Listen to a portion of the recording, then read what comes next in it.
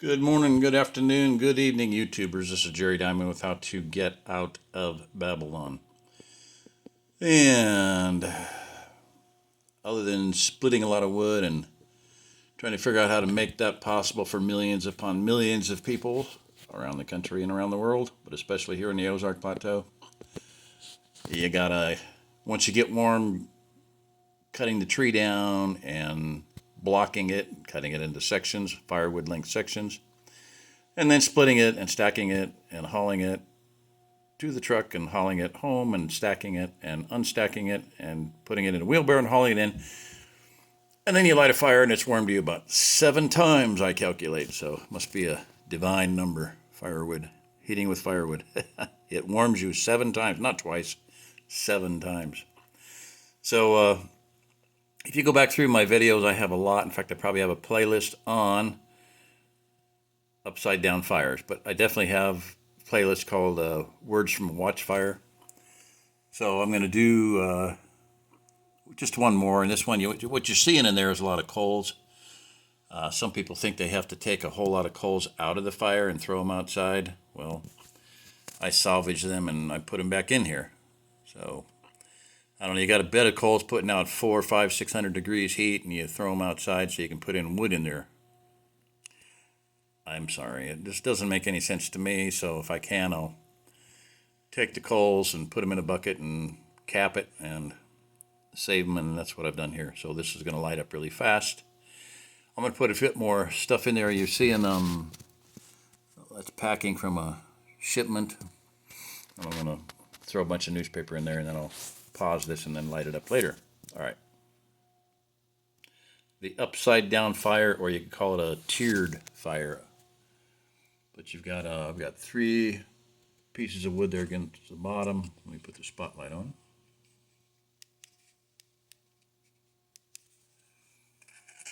One there, and one on the other end. And then some 90 degrees to that, crossways, and then a couple, 3 more coming out. That one there, that one, another piece there, and then some more cross pieces, and then junk on top. So I'm figuring, the thing I like about this is with enough, if you do it right, you can light one match, walk away, come back an hour or 2 later and put a couple more pieces of wood on. You don't have to sit there and babysit it. The paper and things on the top warm the flue up, which is what you have to have in order to have draft. You cannot have draft without the chimney being warmed up, so it warms your chimney up. Once it does that, you have updraft, which is sucking air in through your dampers. These are they're closed. Now they're open. So that's shooting fresh air in right at the base of the fire. If the upper damper is open, obviously, which I need to open that one.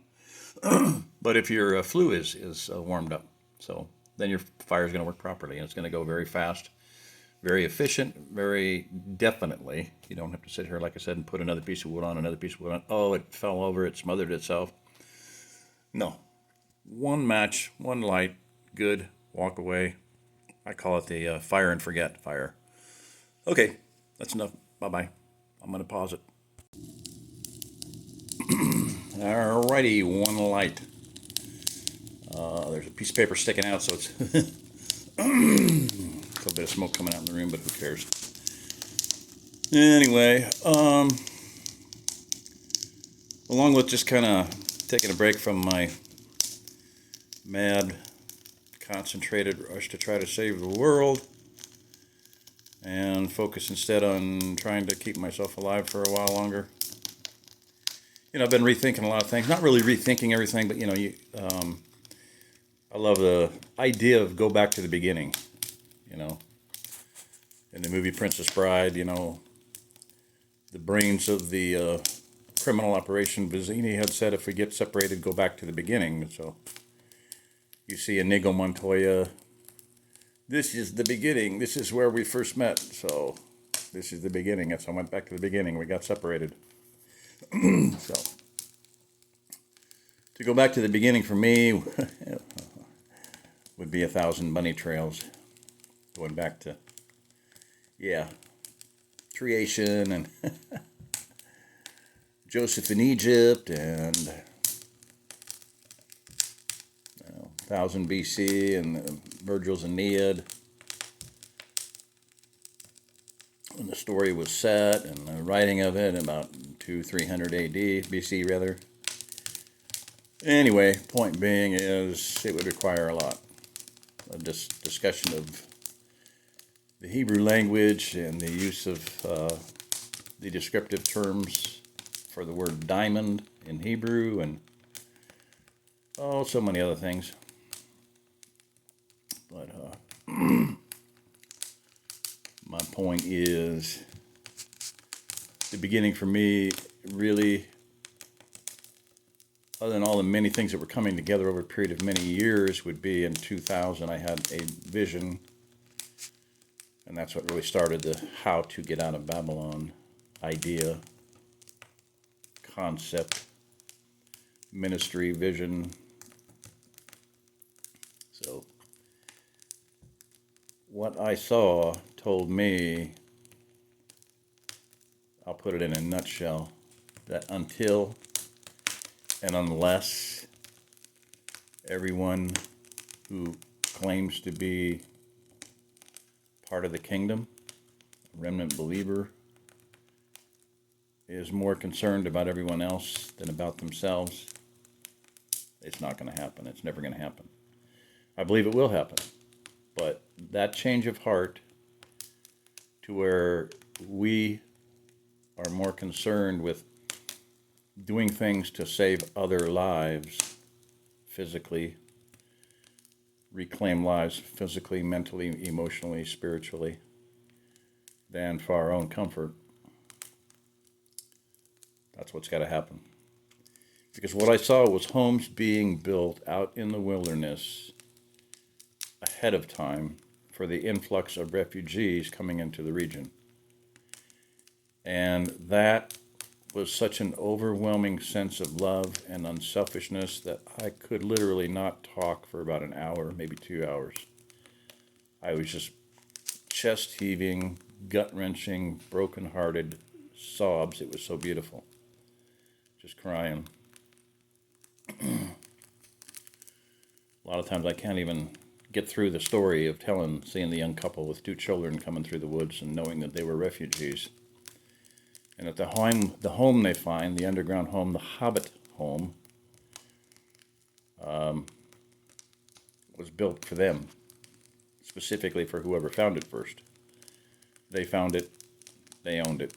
It was their place. And there was food and fire like this ready to be lit up, and food and dishes and pots and pans and silverware and everything ready to go to keep them alive in a very stealth fashion.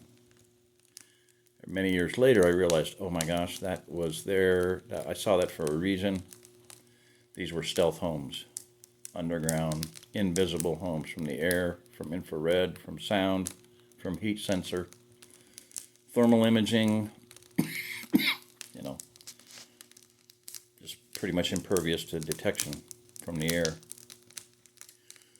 All right, my voice is, you can tell, it's dry. So you can see that's going to go. Light it one time and it's good. And the piece of wood on the left and right, I could roll in more, and I didn't really put that much wood on it, but it's burning. It's not going to stop. You can see the ashes dropping down, and as they drop down, they light up the things below there. So anyway, go back to the beginning. And I'm praying that, Father directs me somehow, some way, connects me with people that will have the same heart to help. There's going to be a lot of them. Need about 1,000 cities around here. Little intake places, camps, refugee camps. So, all right. It's been on a lot of people's hearts, but to see it done and to have the understanding and the knowledge to make it happen, I don't see that. That's what I've been studying, to make it happen. So I know the things that need to happen, but getting them done is something else. All right, this is Jerry Diamond. If you're listening to this, you are the remnant.